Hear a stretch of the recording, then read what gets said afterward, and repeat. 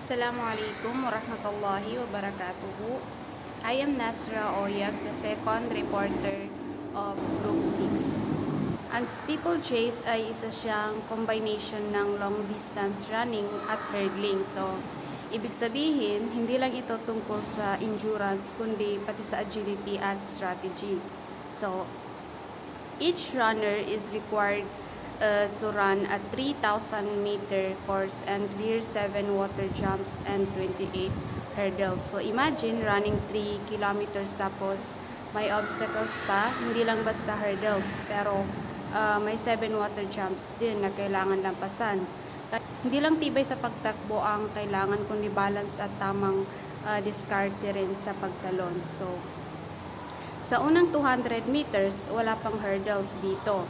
Kaka-position muna ang mga runners at tinatansya nila ang pacing nila bago nila harapin ang matinding obstacles. So kaya ang steeplechase ay hindi lang about speed, it's also about timing, endurance, and mental thoughtness. So minsan, kahit mabilis ka, kung hindi mo ma-manage ang energy mo o hindi mo mapaghandaan ang obstacles, mahihirapan ka talagang tapusin ang race ng malakas. Okay, sa steeplechase, hindi lang siya basta takbo kasi may hurdles na kailangan ka doon mag-jump. So, hindi pwedeng mabangga or matumba ang hurdles kasi may penalty yun. May dalawang paraan para makalagpas sa hurdles. Pwedeng tumalon ng buo gamit ang isang paa para ma-vault over. So, depende sa diskarte ng athlete kung alin ang mas efficient. So, medyo mataas ang hurdles para sa mga lalaki, no? Kasi halos 3 feet ang taas. At sa babae naman is medyo mas mababa pero challenging cut. So, malalapad din ang hurdles kaya kailangan ng tamang timing sa pagtalon. So, ang water pit ay hindi sobrang lalim pero sapat para baguhin na yon ang momentum ng isang athlete. So, kailangan niyang makontrol ang landing para hindi siya mawalan ng balance at bilis. So, ang marathon is isa ito sa pinakalumang sports sa Olympics at laging inaabangan sa malalaking competition. So, originally, ang unang marathon is based sa kwento ng isang sundalong Greek na tumakbo mula sa marathon papuntang Athens, which is mga 42 kilometer yon, para ihatid ang balita na tagumpay nila laban sa Persian. So, ang marathon ngayon is standardized na. Nasa 42.186 km. Isa siyang matinding laban ng tibay at determination. Sa middle distance naman, habang tumatagal ang takbuhan, mas kailangan ng endurance. Ang middle distance race ay nasa pagitan ng 800 meter at 2,000 meter. So, mas mahaba kaysa sa sprint pero mas maikli naman kaysa sa marathon. So, hindi tulad ng sprint na may starting blocks. Dito, nakatayo lang ang mga runners sa simula. Sa 800 meter race, hindi pantay ang simula ng bawat athlete sa linya kasi may kurbada ang track. Kaya, staggered ang starting position para fair ang distance ng lahat. So, kailangan nilang manatili sa lane nila hanggang matapos ang unang liko bago sila lumipat sa posisyon para sa tamang pacing. So, kahit anong race pa ang piliin mo, ang mahalaga ay tiyaga, discipline at determination. Hindi lang ito tungkol sa pagiging pinakamabilis, kundi sa challenge na rin para sa sarili mong kakayahan at kung itutuloy mo pa ba kahit nahihirapan ka na. Standing start is ilalagay ang paa malapit sa starting line pero huwag tatapak mismo sa line, no, para maiwasan ang false start. So, ang weight ng katawan mo ay dapat nakasentro sa harap ng paa. Mga 2/3 ng total weight mo pero ay para yun mas mabilis, para mas mabilis kang makaabante sa pagtakbo. Yuko at i-align ang likod, liig at ulo para sa tamang posture sa pagsisimula. I-sync ang galaw ng braso at binti. So kapag kaliwang pa ang nauna, dapat kanang braso ang gumalaw, pasabay at kabaliktaran naman. So huwag gumalaw o magmadali bago ang starting signal. So hintayin muna ang tunog ng barel bago tumakbo para maiwasan ang disqualification. sprints naman, kailangan ng mabilis at tuloy-tuloy na takbo sa sprint races na hanggang 400 meters lang ang haba. So, noong unang panahon, lahat ng runners is nagsisimula sa standing position lang. So, ibig sabihin, nakatayo lang sila bago tumakbo. Noong unang panahon yun Pero noong 1880s naimbento na ang crouch start. So, ito yung nakayuko, naka-hand on the ground position bago tumakbo. So, naging rule na siya sa sprinting na dapat ang mga runners ay gumamit ng 4 na contact points, which is yung kamay at paa ay nasa lupa bago umalis sa starting line. So, may tinatawag na starting blocks na ginagamit para makasipa ng mas mabilis. So, sobrang importante ito sa sprinting para mabilis ang simula mo. So, lahat ng sprint events ay may sariling lane o guhit sa track na hindi pwedeng makalabas habang tumatakbo. 100 meters lang nagsisimula ang lahat ng runners sa parehong guhit o starting line. So, para sa 200 at 400 meters, may paikot na track kaya naka-staggered ang starting position. So, para pantay ang distance ng lahat kahit iba-iba ang lugar ng simula nila. So, ang mga runners na nasa labas na lane, mas malayo ang pwesto sa starting line para pareho pa rin ng layo sa finish line.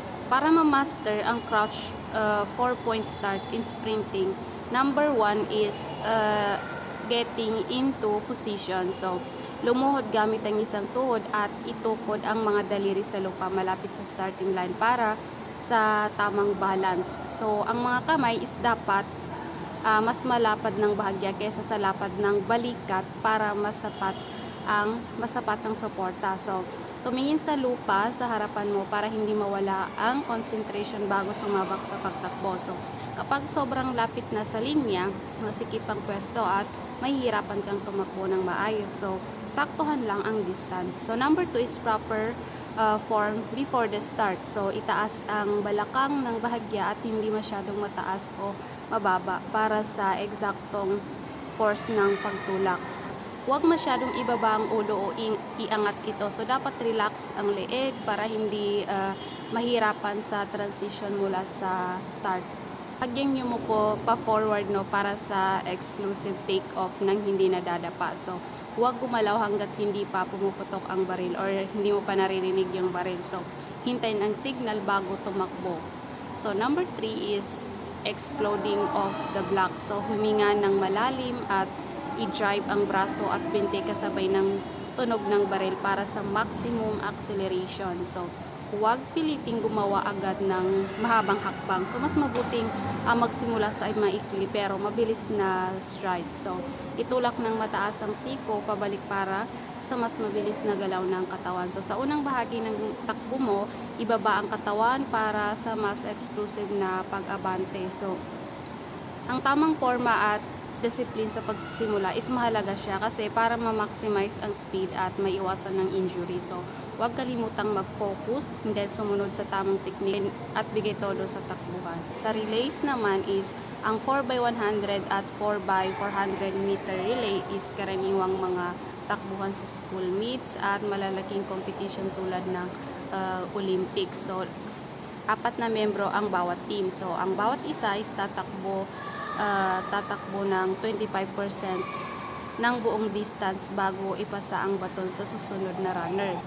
Ang pang-apat na runner is tinatawag na anchor. So, siya yung tatapos ng takbuhan kaya madalas siya ang pinaka mabilis sa team. So, bago maipasa ang baton, may 10-meter acceleration zone kung saan sisimulan ng susunod na runner ang kanyang takbo. So, pagdating sa 20-meter exchange zone, dito lang pwedeng ipasa ang baton. So, kapag lumagpas dito, madi-disqualify ang team. So, hindi based sa paan ng runners ang tamang baton passing. Ang baton mismo ang dapat nasa tamang lugar sa exchange zone. So, hindi lang bilis ang mahalaga sa relay. Kahit mabilis ka, kung palpak ang baton pa, sayang lang ang laban.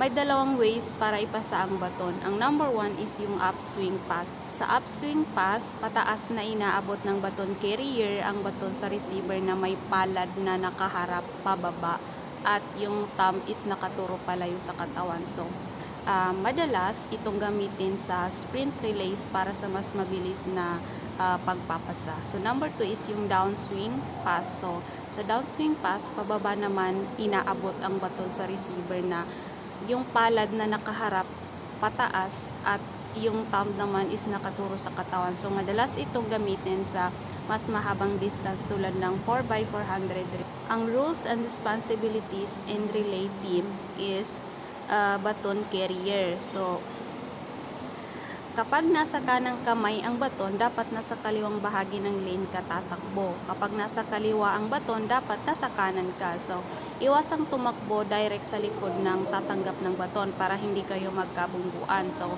kapag malapit na, sumigaw ng pass at iabot ang baton sa tamang timing. Pangalawa is yung baton receiver. So, kung nasa kanan ang baton carrier, dapat nasa kanan ka rin ng lane at tatanggap gamit ang kaliwang kamay. So, kung nasa kaliwa, dapat nasa kaliwa ka rin at tatanggap gamit ang kanan. So, kapag nakita mong nasa checkmark na ang baton carrier, simulan mo nang tumakbo. So, huwag kang hihinto o babagal para hintayin ang baton. So, dapat ang baton carrier ang humabol at magpasa sa'yo. So, kapag narinig mo ang pass, saka mo lang iabot ang kamay mo. Huwag kang tatakbo nang nakaabot na agad ang kamay kasi babagal ka. So, sa 4x100 relay, hindi na dapat ilipat pa ang baton mula sa isang kamay patungo sa kabila para hindi masayang ang oras. Ang jumping event sa athletics ay may 4 na category. So, una is full vault, high jump, long jump, at triple jump. Dito sinusukat hindi lang ang lakas at bilis ng athlete, kundi pati ang technique at control nila sa katawan habang lumulundag sila. Pangalawa is yung pole vault, using the pole to fly. So, katulad ng high jump, so mababa muna ang starting height para bigyan ng pagkakataon ang mga athlete na makapag-adjust at makapasok sa laro ng maayos. 3 beses lang pwedeng subukan ng athlete na lampasan ng isang height. So kung hindi niya ito malampasan, tanggal na siya sa competition. So pwede rin siyang magpasa ng isang height kung gusto niyang magtipid ng lakas. Pero hindi na siya pwedeng bumalik sa height na iyon kapag lumampas na ito sa susunod na round. Pinakamataas na lampasan ng athlete ang magiging basihan ng panalo. So tatakbo ang athlete sa 45-meter runway habang dala ang pole. So pagdating ng take-off box, itutusok niya ito para iangat ang sarili pataas. So mula sa take-off, sisipa siya pataas, sisipa siya pa itaas, gagamitin ang pole para makatawid sa crossbar at ligtas na babagsak sa landing area na karaniwang gawa sa inflatable o cushion mat. So, ang challenge dito, hindi dapat matamaan at malaglag ang crossbar habang lumalampas. So, habang papalapit sa crossbar, kailangan umikot ng katawan niya at i-arc ito ng tama para mas lumaki ang chance niyang hindi tamaan ang bar. So, habang nasa ere siya, hindi pwedeng gumapang ang kamay niya sa pool para itulak ang sarili pa itaas. So, dapat i-release niya ito sa tamang timing para malampasan ng crossbar ng malinis. So, may kanya-kanyang pool ang mga athlete at pwede itong gawa sa iba't ibang materyales. So, ang mahalaga, dapat makinis ang surface nito para hindi makaapekto sa performance. So, noong unang panahon, mabigat at matitigas ang poles dahil gawa ito sa kahoy tulad ng ash, cedar at hickory, kaya mas mahirap gamitin. So, ngayon, mas pinipili ng mga athlete ang fiberglass poles dahil mas flexible at magaan. So, kaya mas mataas ang kanilang naaabot. So, walang specific na sukat o bigat na kailangan sundin sa paggawa ng pole. Basta't pasok ito sa mga required na quality. Sa high jump, kailangan ng 20-meter runway para sa pagtakbo at pag-set up ng jump. So, ang crossbar ay pwedeng gawa sa kahoy o ibang approved materials at ang landing pit ay dapat may foam, rubber, para safe ang pagbaba ng athlete. So, isa lang ang pinakamahalagang rule dito. Bawal gumamit ng 2 paa sa pagtalon. Dapat isang paa lang ang pang-push pataas. So, ang goal is malampasan ang manipis na crossbar na may 4 meter length at 3 cm diameter na nakapatong sa 2 stand. Roll lots para matukoy kung sino ang mauunang tumalon. So, pwedeng piliin ng athlete ang starting height na gusto niya. So, basta't pasok ito sa minimum na required height. Pwede rin siyang magpasa ng isang height pero hindi na siya pwedeng bumalik dito maliban na lang kung may jump off sa tiebreaker. So, kapag 3 sunod na field jumps, automatic na yun na eliminated na siya sa competition. So, matapos ang bawat round, itinataas ang crossbar ng hindi bababa sa 2 cm at tuloy-tuloy ito hanggang isang athlete na lang ang natira. Ang mechanics nito is the height of the bar is set at 2 feet 10 inches for females and 3 feet 8 inches for males. So, ibig sabihin, may standard na taas ng bar na kailangan talunin depende kung lalaki o babae ang jumper. So, may dalawang beses silang pwedeng subukan para malampasan ang bar pero dapat tamang paraan ng pagtalon. So, kung nalampasan na nila sa unang try, hindi na nila kailangan ulitin pa. Para sa safety, pwedeng gumamit ng rubber strip bilang kapalit ng matigas na crossbar pero bawal itong madikit habang tumatalon, kundi considered na foul na yon. So, remember, dapat isa lang ang paa na gagamitin sa pagtalon, no? Bawal ang dalawang paa na sabay. The scoring system, ang perfect score. Perfect score, the highest possible score for a successful jump is 10 points. So, ibig sabihin, ito ang pinaka-ideal na performance na pwedeng makuha ng isang jumper. So, there are 8 different scenarios, each with corresponding points. So, may walong possible situations sa pagtalon at equivalent points depende sa performance. Number 1 is, kung sa unang subok pa lang ay nagawa ng tama ang pagtalon at nalampasan ng bar, perfect score na yun agad, 10 points. So, number 2, kung sa pangalawang subok pa lang na clear ang bar gamit ang tamang paraan, mataas pa rin ang score pero bawas ng 1 punto.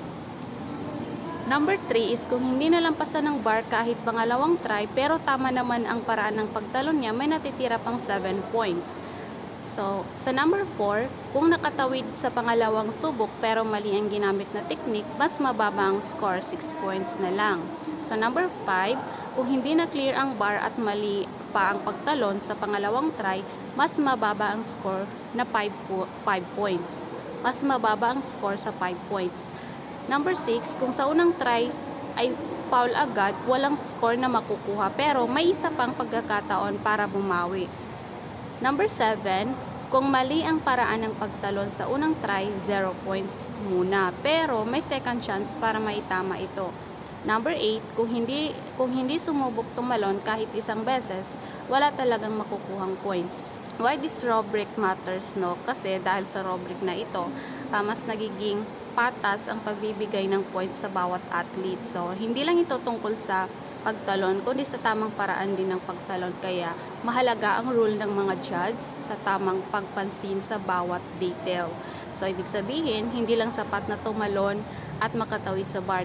Tama rin ang execution para mas mataas ang points. So, in the end, hindi lang ito tungkol sa lakas ng pagtalon, kundi pati sa diskarte at husay ng execution.